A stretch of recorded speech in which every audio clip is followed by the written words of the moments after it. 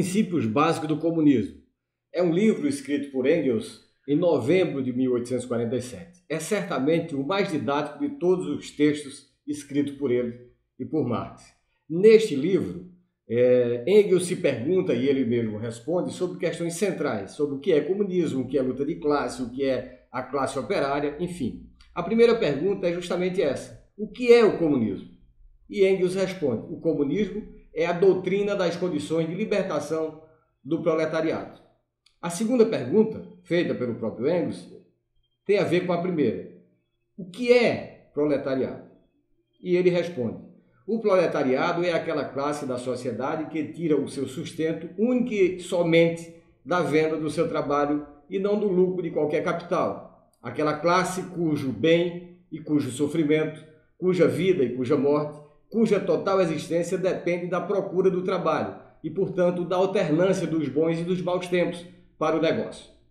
Das flutuações de uma concorrência desenfreada. Numa palavra, o proletário ou a classe dos proletários é a classe trabalhadora do século XIX.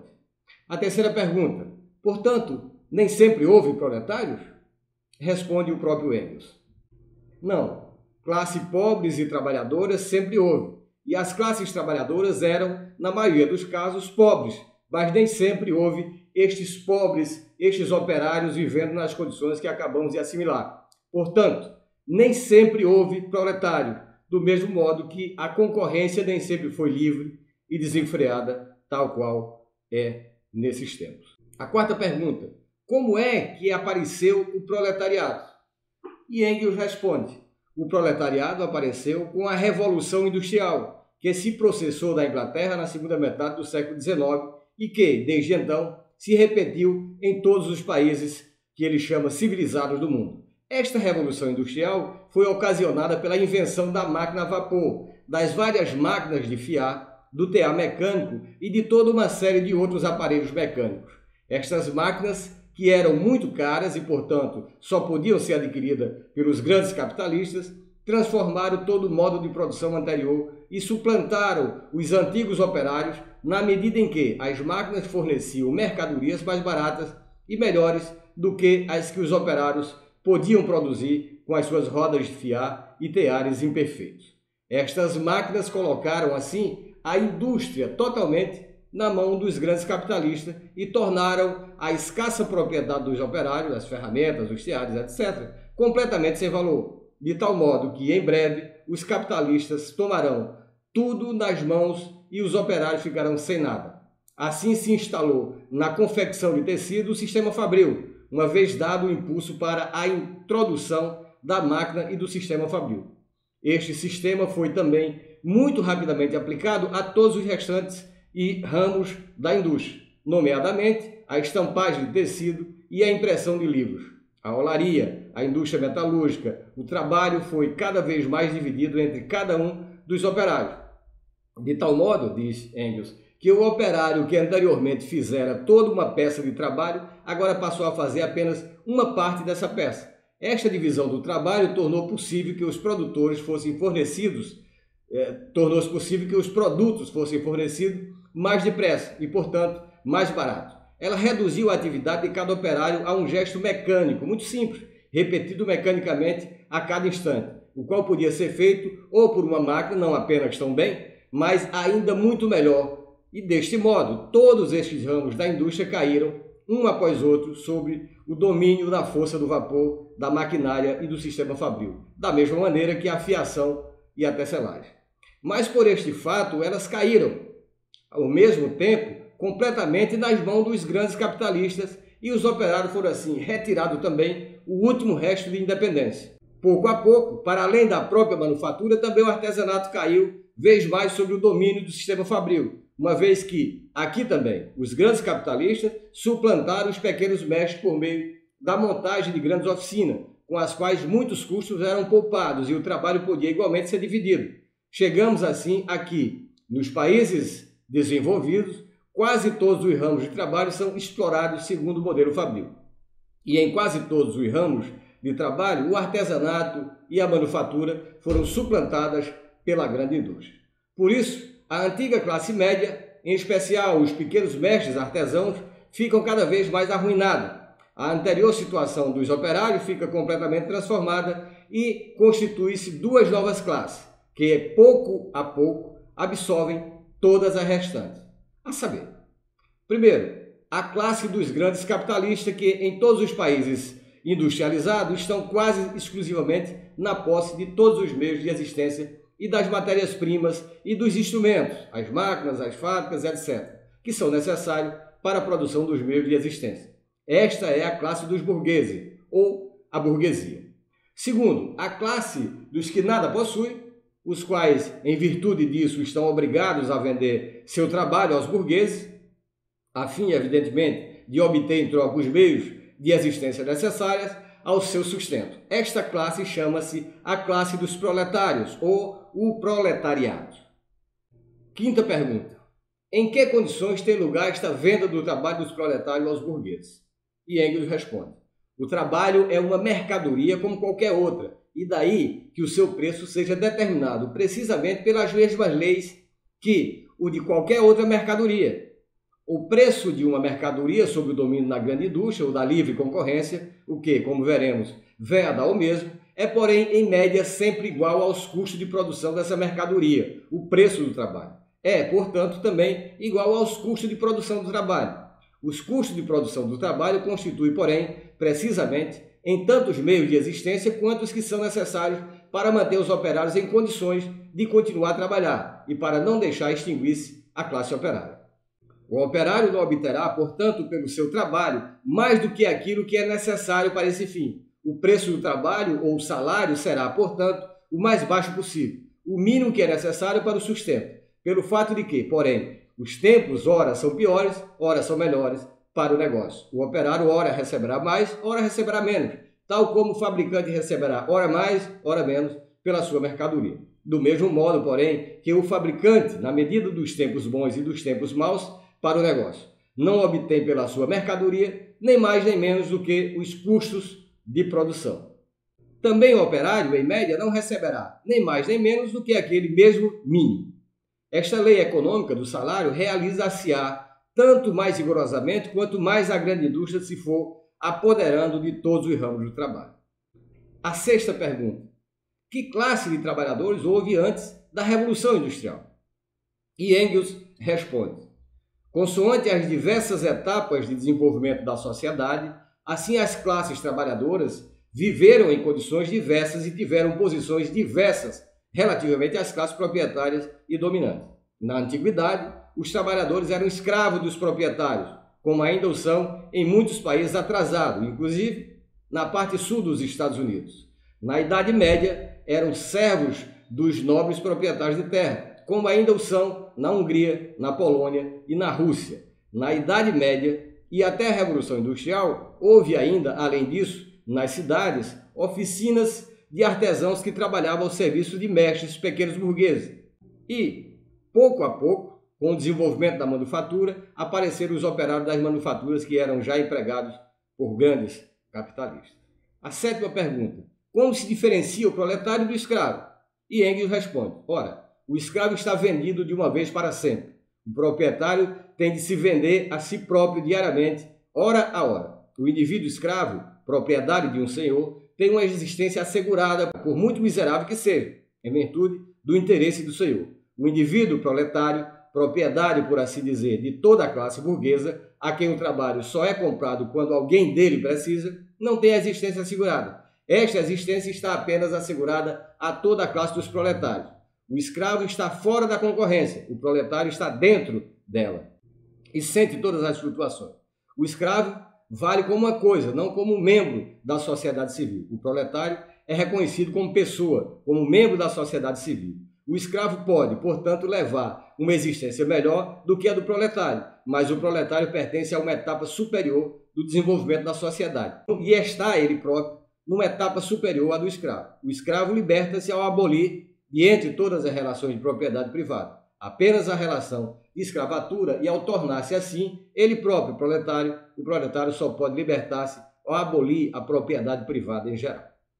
A oitava pergunta formulada por Engels e por ele respondida: como se diferencia o proletário do servo?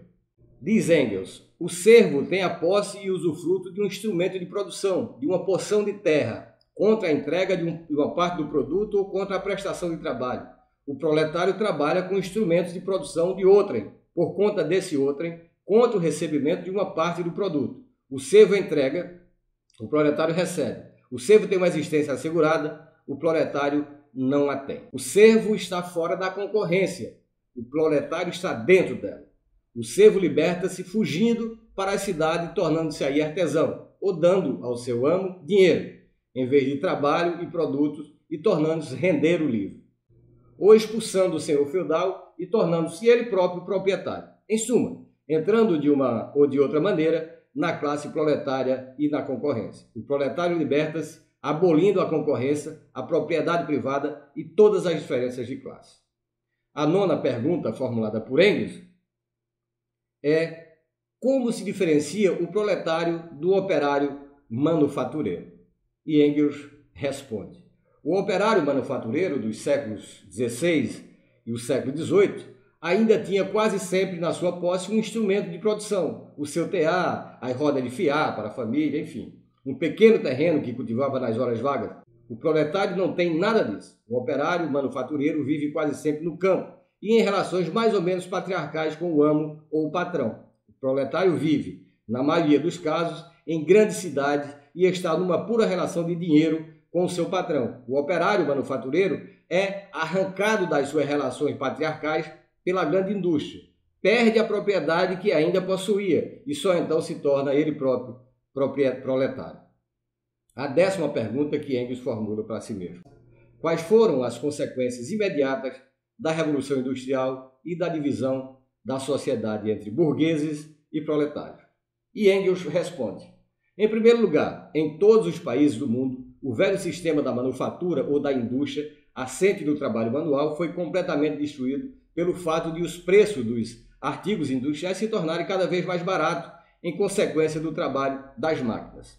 Todos os países semibárbaros, os quais até então tinham permanecido mais ou menos alheio ao desenvolvimento histórico e cuja indústria até então assentara na manufatura, foram desta forma violentamente arrancados ao seu isolamento. Compraram as mercadorias mais baratas dos ingleses e deixaram arruinar os seus próprios operários manufatureiros. Assim, países que há milênios não faziam qualquer progresso, como por exemplo a Índia, foram revolucionados de uma ponta a outra. E a própria China caminha agora para uma revolução. As coisas chegaram a tal ponto que uma nova máquina hoje inventada na Inglaterra deixa sem pão, no espaço de um ano, milhões de operários na China ou na Índia. Deste modo, a grande indústria colocou em relação uns com os outros todos os povos da terra. Juntou todos os pequenos mercados locais no mercado mundial, preparou por toda parte o terreno para a civilização e o progresso, de modo que tudo aquilo que acontece nos países ditos civilizados tem de repercutir-se em todos os outros países. De tal modo que se agora, em Inglaterra ou em França, os operários se libertarem, isso terá de arrastar consigo revoluções em todos os países, as quais, mais tarde ou mais cedo, conduzirão igualmente à libertação dos operários locais.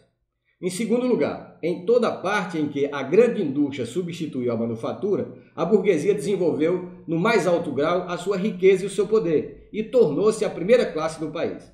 A consequência disto foi que, em toda parte onde isso aconteceu, a burguesia tomou nas mãos o poder político e desalojou as classes até então dominantes, a aristocracia, os burgueses das corporações e a monarquia absoluta, que os representavam a ambos. Destruiu o poder dos burgueses das corporações ao abolir as corporações e os privilégios dos artesãos.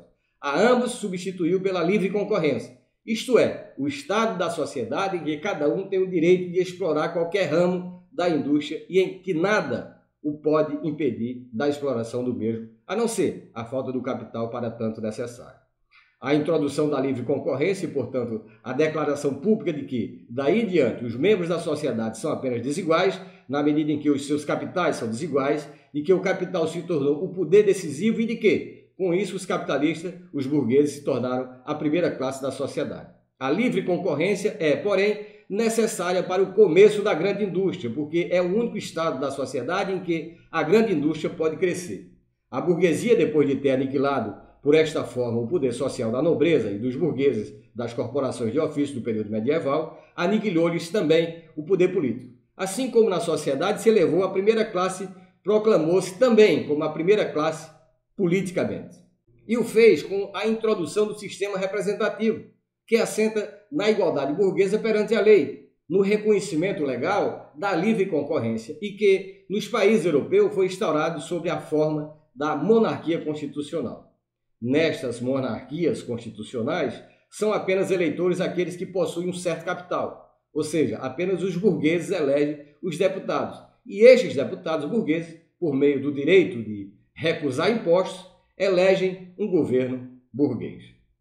Em terceiro lugar, a Revolução Industrial, desenvolveu por toda parte o proletariado na mesma medida em que desenvolveu a burguesia. Na proporção em que os burgueses se tornavam mais ricos, tornavam-se os proletários mais numerosos e cada vez mais pobres, uma vez que os proletários, somente por meio do capital, podem ter emprego e o capital só se multiplica quando emprega trabalho. A multiplicação do proletariado avança precisamente ao mesmo passo que a multiplicação do capital. Ao mesmo tempo, concentra tanto os burgueses como os proletários em grandes cidades, nas quais se tornam mais vantajosos explorar a indústria e com esta concentração de grandes massas no mesmo lugar, dá ao proletário a consciência da sua força. Além disso, quanto mais a Revolução Industrial se desenvolve, quanto mais se inventam novas máquinas que suplantam o trabalho manual, tanto mais, como já dissemos, a grande indústria reduz os salários ao seu mínimo e torna, por esse fato, a situação do proletário cada vez mais insuportável. Deste modo, ela prepara, por um lado, com o descontentamento crescente e, por outro lado, com o poder crescente do proletariado, uma revolução da sociedade pelo proletariado. 11ª pergunta, feita por Engels a ele próprio, que evidentemente ele mesmo responde. Que outras consequências teve a Revolução Industrial? E ele responde: a grande indústria criou, com a máquina a vapor e as outras máquinas, os meios para multiplicar até ao infinito a produção industrial num tempo curto e com poucos custos. Sendo a produção tão fácil, a livre concorrência necessariamente decorrente desta grande indústria, muito depressa assumiu um caráter extremamente intenso. Um grande número de capitalistas lançou-se na indústria e, a breve trecho, produzia-se mais do que podia ser consumido. A consequência foi que as mercadorias fabricadas não podiam ser vendidas e sobreveio uma chamada crise comercial. As fábricas tiveram de ficar paradas, os fabricantes caíram na bancarrota e os operários ficaram sem pão. Por toda parte sobreveio a maior miséria. Depois de algum tempo foram-se vendendo os produtos em excesso. As fábricas voltaram a trabalhar, o salário subiu e pouco a pouco os negócios passaram a ir melhor do que nunca. Mas não por muito tempo, já que, de novo, voltaram a produzir-se mercadorias em excesso e sobreveio uma nova crise, que seguiu precisamente o mesmo curso que a anterior. Assim, desde o começo do século XIX, a situação da indústria tem oscilado constantemente entre épocas de prosperidade e épocas de crise, e quase regularmente de 5 em 5 anos ou de 7 em 7 anos. Sobreveio uma destas crises, de todas as vezes conjugada com a maior miséria dos operários, com uma agitação revolucionária geral e com o maior perigo para a ordem vigente. 12ª pergunta. O que é que resulta destas crises comerciais que se repete regularmente entre 5 ou 7 anos? Engels responde, em primeiro lugar, que a grande indústria, apesar de na sua primeira época de desenvolvimento ter ela própria dado origem à livre concorrência, está agora, contudo, a abandonar a livre concorrência, que a concorrência e, em geral, a exploração da produção industrial, por singulares, se tornou para ela um grilhão que tem de quebrar e quebrará. Que a grande indústria, enquanto for empreendida na base atual, somente se pode manter por meio de uma perturbação geral repetida de 7 em 7 anos, a qual ameaça de cada vez toda a civilização e não só faz cair os proletários da miséria, como também arruína um grande número de burgueses que, portanto, ou a própria grande indústria tem de ser completamente abandonada, o que é uma absoluta impossibilidade, ou então ela torna absolutamente necessária uma organização total nova da sociedade, na qual já não são os fabricantes individuais em concorrência entre si, mas toda a sociedade, de acordo com um plano estabelecido e segundo as necessidades de todos que dirigem a produção industrial. Em segundo lugar, que a grande indústria e a expansão da produção até o infinito por ela tornada possível, torna-se possível um estado da sociedade em que é produzindo tanto de tudo o que é necessário à vida que cada membro da sociedade ficará, por esse fato, em condições de desenvolver e de pôr em prática todas as suas forças e aptidões em completa liberdade. De tal modo que, precisamente, aquela qualidade da grande indústria que dá origem, na sociedade de hoje, a toda a miséria e a todas as crises comerciais, é a mesma que, numa outra organização social, acabará com essa miséria e com essas oscilações que causam tanta infelicidade. De tal modo que fica provado na mensagem mais clara. Primeiro, que de agora em diante, todos esses males são de imputar à ordem social que já não se adequa às condições existentes. E segundo, que já existem os meios para eliminar completamente estes males por meio de uma nova ordem social. A 13ª pergunta: de que tipo terá de ser esta nova ordem social? Engels responde: antes do mais, ela tirará a exploração da indústria e de todos os ramos da produção em geral das mãos de cada um dos indivíduos singulares em concorrência uns com os outros e, em vez disso, terá de fazer explorar todos esses ramos da produção por toda a sociedade, isto é, por conta da comunidade, segundo o plano da comunidade e com a participação de todos os membros da sociedade. Isso abolirá, portanto, a concorrência e estabelecerá em lugar dela a associação, uma vez que a exploração da indústria por singulares tinha como consequência necessária a propriedade privada e que a concorrência não é mais do que o modo da exploração da indústria pelos proprietários privados individuais. A propriedade privada não pode ser separada da exploração individual da indústria nem da concorrência. A propriedade privada terá, portanto, igualmente de ser abolida e, em seu lugar, se estabelecerá a utilização comum de todos os instrumentos de produção e a repartição de todos os produtos segundo acordo comum, ou a chamada comunidade dos bens. A abolição da propriedade privada é mesmo a expressão mais breve e mais característica desta transformação de toda a ordem social, necessariamente resultante do desenvolvimento da indústria. E por isso é com razão avançada pelos comunistas como reivindicação principal. 14ª pergunta: então, a abolição da propriedade privada não era possível anteriormente? Diz Engels: não. Todas as transformações da ordem social, todas as revoluções nas relações de propriedade têm sido consequência necessária da criação de novas formas produtivas, que já não se ia adequar às antigas relações de propriedade. Foi assim que a própria propriedade privada surgiu, porque a propriedade privada nem sempre existiu.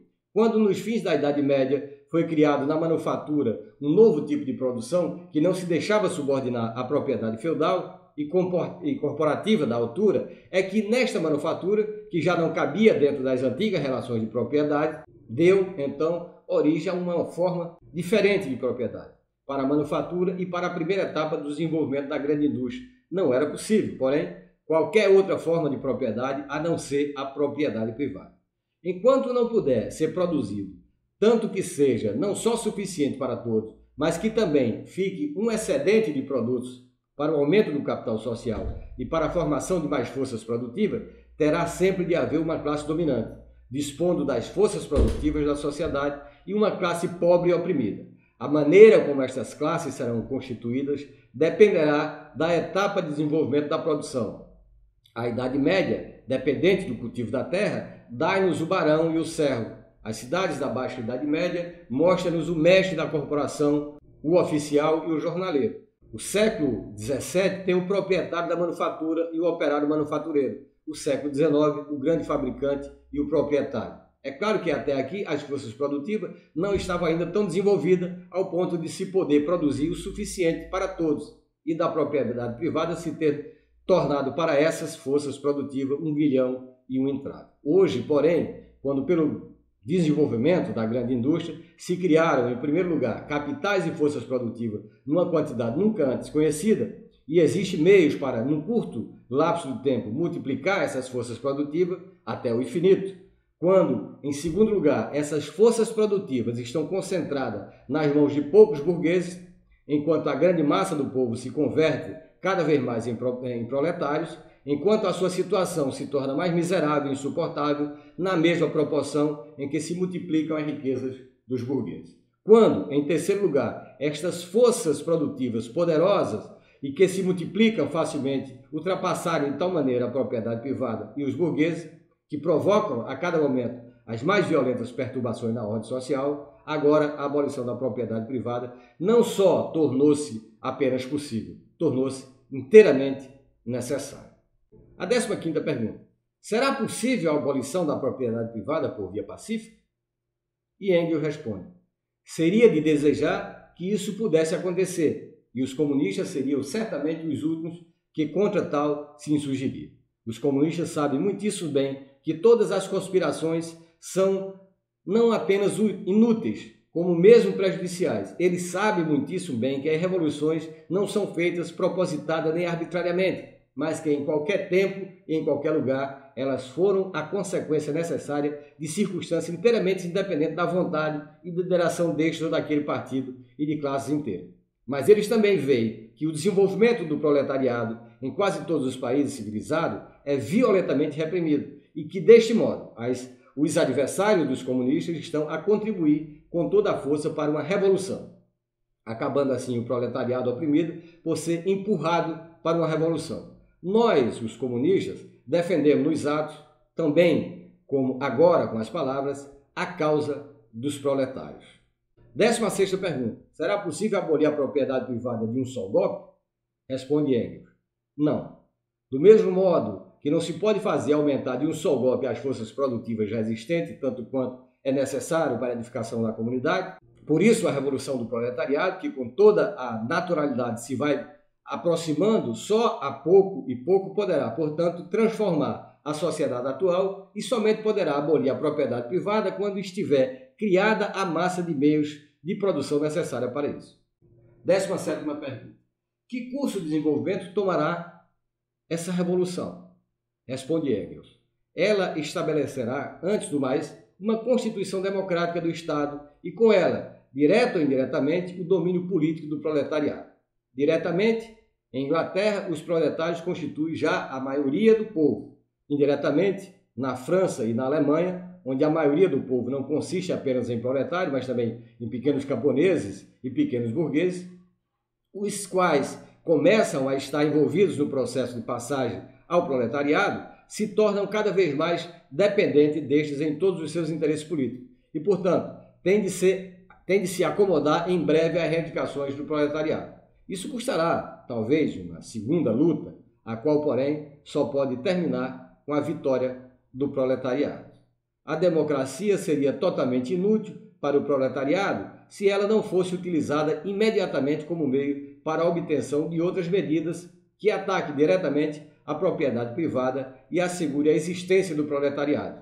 As medidas principais, tal como decorrem, já agora, como consequência necessária das condições existentes, são as seguintes. Primeiro, restrição da propriedade privada por meio de impostos progressivos, altos impostos sobre herança, abolição da herança por parte das linhas colaterais, como irmão, sobrinho, etc., empréstimos forçados, dentre outros.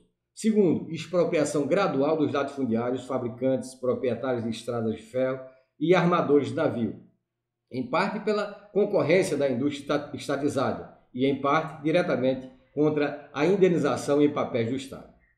Terceiro, confiscação dos bens de todos os imigrantes e rebeldes contra a maioria do povo. Quarto, organização do trabalho ou ocupação dos proletários em herdades nacionais, fábricas e oficinas pela qual se elimina a concorrência dos operários entre si e os fabricantes são obrigados, enquanto ainda subsistirem, a pagar o mesmo salário elevado que o Estado. Quinto, igual obrigação de trabalho para todos os membros da sociedade, até a completa abolição da propriedade privada, formação de exércitos industriais, sobretudo para a agricultura. Sexto, centralização do sistema de crédito e da banca nas mãos do Estado por meio de um banco nacional com o capital do Estado e repressão de todos os bancos privados e os seus banqueiros. Sétimo, multiplicação do número de fábricas, oficinas, estradas de ferros e navios nacionais. Cultivo de todas as terras e melhoramento das já cultivadas, na mesma proporção em que se multiplicarem os capitais e os operários que se encontram à disposição da nação. Oitavo, educação de todas as crianças a partir do momento em que podem passar sem os cuidados maternos, em estabelecimentos nacionais e às custas do Estado. Combinar a educação e o trabalho fabril. Nono, construção de grandes palácios nas herdades nacionais para habitações coletivas das comunidades de cidadãos que se dedicam tanto à indústria como à agricultura e que reúnam em si tanto as vantagens da vida citadina como as da vida rural, sem partilhar da unilateralidade e dos defeitos de ambos os modos de vida. 10. Destruição de todas as habitações e bairros insalubres e mal construídos. 11. Igualdade de direito de herança para os filhos ilegítimos e legítimos.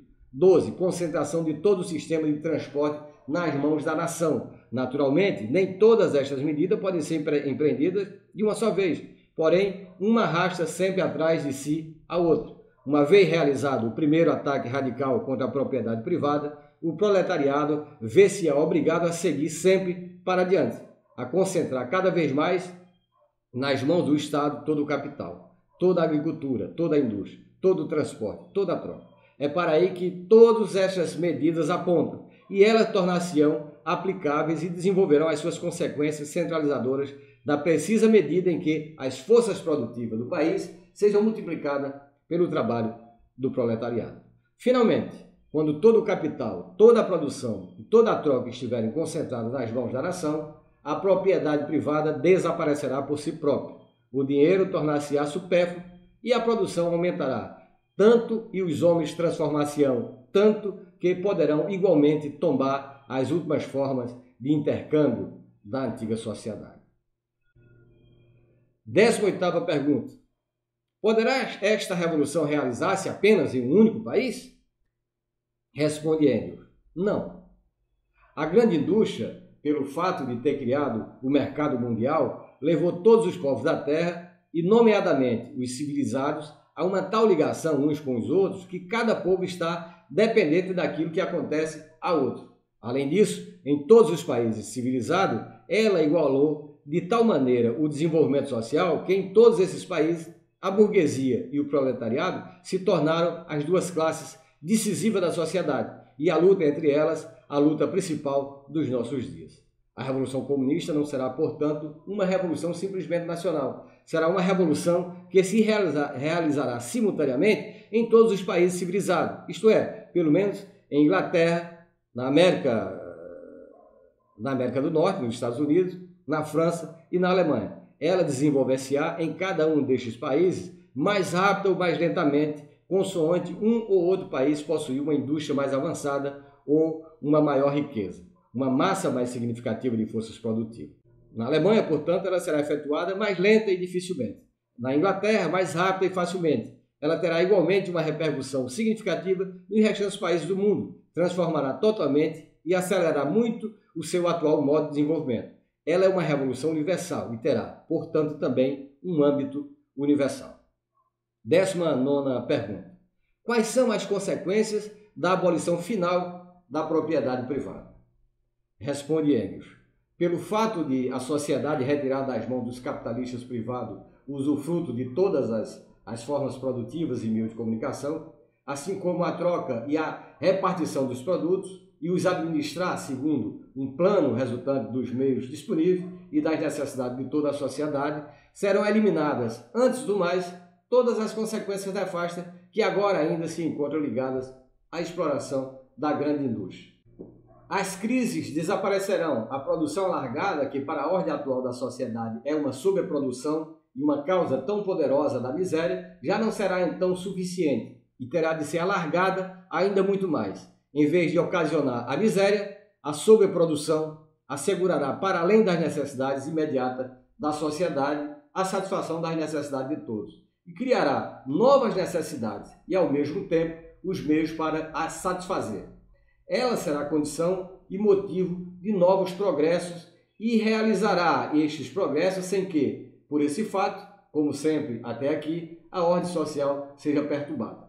A grande indústria liberta da pressão da propriedade privada desenvolver-se-á numa tal extensão que, comparado com ela, o seu atual desenvolvimento parecerá tão pequeno como o da manufatura comparada com a grande indústria dos nossos dias.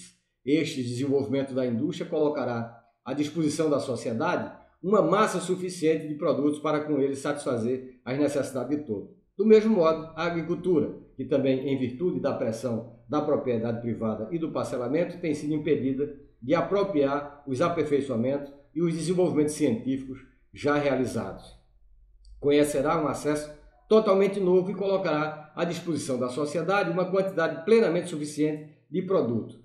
Desta maneira, a sociedade produzirá produtos bastantes para poder organizar de tal modo a repartição que as necessidades de todos os membros sejam satisfeitas. A separação da sociedade em diversas classes, opostas umas a outras, tornar-se-á assim supérflua. Ela não se tornará, porém, apenas supérflua, ela será mesmo incompatível com a nova ordem social. A existência de classe proveio da divisão do trabalho, e a divisão do trabalho, no seu modo atual, desaparecerá totalmente. É que para trazer a produção industrial e agrícola até o nível descrito, não bastam apenas os meios auxiliares mecânicos e químicos. As capacidades dos homens que põem em movimento esses meios auxiliares têm igualmente de ser desenvolvida em medida correspondente. Assim como os camponeses e os operários manufatureiros do século passado transformaram todo o seu modo de vida e se tornaram eles próprios homens completamente diferentes quando foram incorporados na grande indústria. Do mesmo modo, também, a exploração comum da produção por toda a sociedade e o novo desenvolvimento da produção dela decorrente necessitarão de, e também criarão, homens completamente diferentes. A exploração comum da produção não pode ser levada a cabo por homens como os de hoje, que estão subordinados, acorrentados a um único ramo da produção, que são por eles explorados. Homens que desenvolverão apenas uma das suas aptidões em detrimento de todas as outras que conhecem apenas um ramo ou apenas um ramo de um ramo da produção.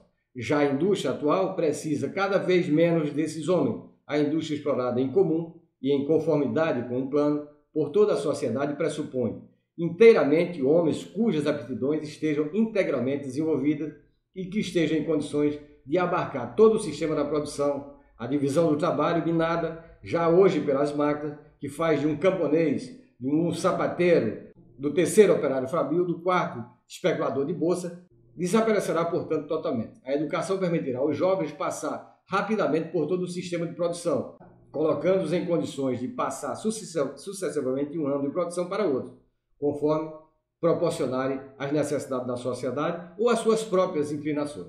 Retirar-lhes-á, portanto, o caráter unilateral que a atual divisão do trabalho impõe a cada um deles. Deste modo, a sociedade organizada numa base comunista dará aos seus membros oportunidade de porem em ação integralmente as suas aptidões integralmente desenvolvidas.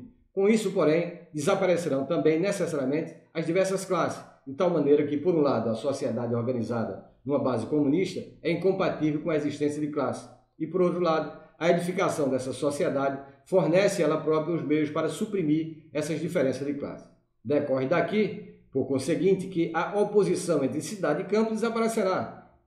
A exploração da agricultura e da indústria pelos mesmos homens, em vez de por duas classes diferentes, é já, por causas totalmente materiais, uma condição necessária da associação comunista. A dispersão da população rural pelo campo, a par da concentração da população industrial nas grandes cidades, é uma situação que apenas corresponde a um estádio ainda não desenvolvido da agricultura e da indústria, um impedimento já hoje muito sensível para o desenvolvimento futuro. Na 20ª pergunta, Lênin se questiona: que influência exercerá a ordem social comunista sobre a família? E diz ele: ela fará da relação de ambos os sexos uma pura relação privada, que diz respeito apenas às pessoas que dela participam e em que a sociedade não tem de imiscuir-se. Ela pode fazê-lo uma vez que aboliu a propriedade privada e educa as crianças comunitariamente, e por esse fato anula as duas bases fundamentais do atual matrimônio: a dependência por intermédio da propriedade privada da mulher relativamente ao homem e dos filhos relativamente aos pais. Aqui se encontra também a resposta à gritaria tão moralista dos filisteus contra a comunidade comunista das mulheres. A comunidade das mulheres é uma relação que pertence totalmente à sociedade burguesa e hoje em dia reside inteiramente na prostituição. A prostituição repousa, porém, sobre a propriedade privada e cai com ela. Portanto, a organização comunista, em vez de introduzir a comunidade das mulheres, muito pelo contrário, a suprimirá. 21ª pergunta. como se diferencia os comunistas dos socialistas? E Engels responde: os chamados socialistas dividem-se em 3 classes. A primeira classe consiste nos partidários da sociedade feudal e patriarcal que foi aniquilada e que continua ainda a ser diariamente aniquilada pela grande indústria, pelo comércio mundial e pela sociedade burguesa, por ambos criada. Esta classe tira dos males da sociedade atual a conclusão de que a sociedade feudal e patriarcal teria de ser restabelecida, porque estavam livres destes males.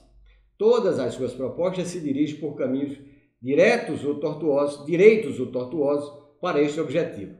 Esta classe de socialistas reacionários, apesar da sua pretensa compaixão e das suas lágrimas ardentes pela miséria do proletariado, será todavia contínua e energicamente combatida pelos comunistas, porque se esforça por atingir algo de puramente impossível. Segundo, procura restabelecer o domínio da aristocracia, dos mestres das corporações e dos proprietários de manufatura, com seu cortejo de reis absolutos ou feudais, de funcionários, de soldados e de padres, uma sociedade que, por certo, estava livre dos males da sociedade atual, mas que, em contrapartida, trazia consigo, pelo menos, outros tantos males e não oferecia a perspectiva de libertação dos operários oprimidos por meio de uma organização comunista.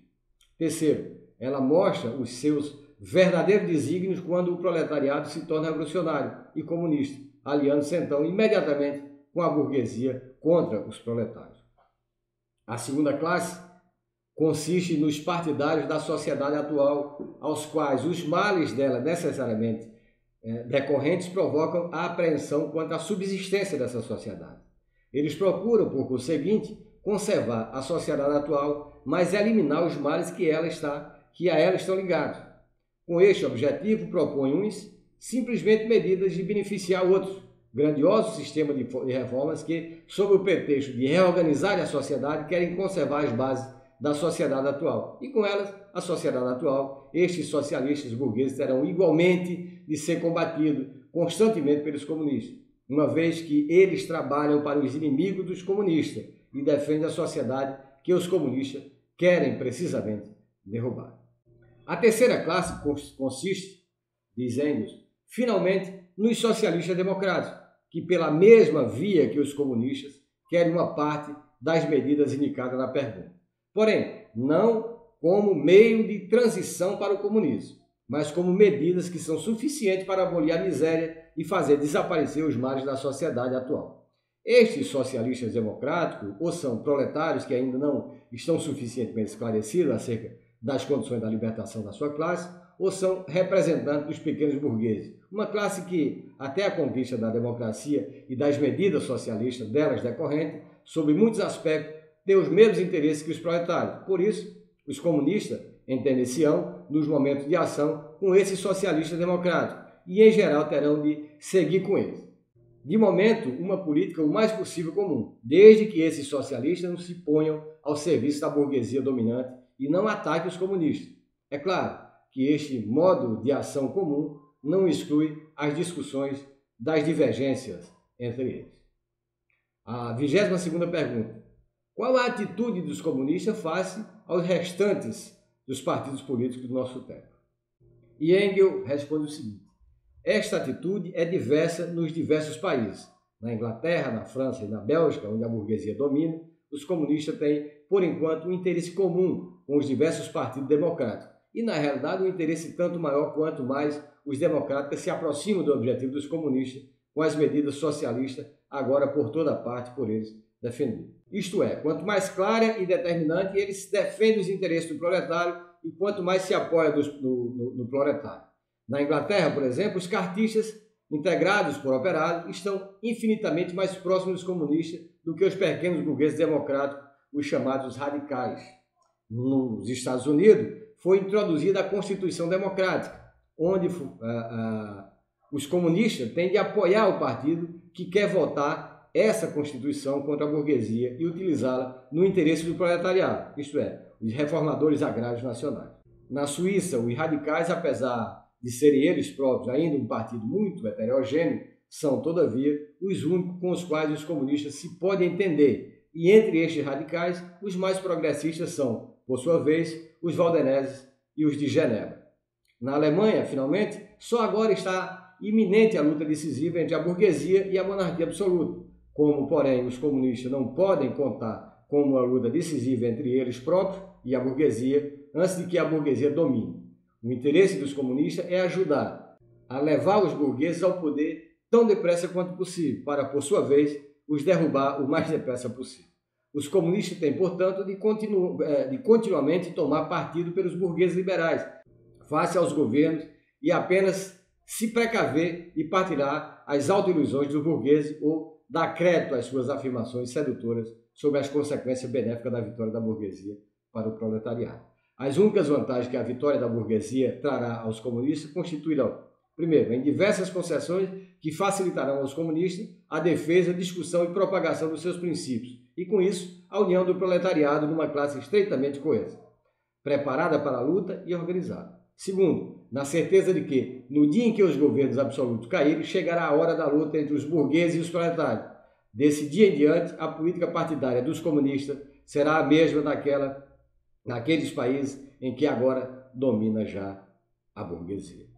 Esse é um livro de Engels, como disse, muito didático e que nos parece ainda servir de referência para pensarmos o cotidiano político, social e do mundo do trabalho atualmente.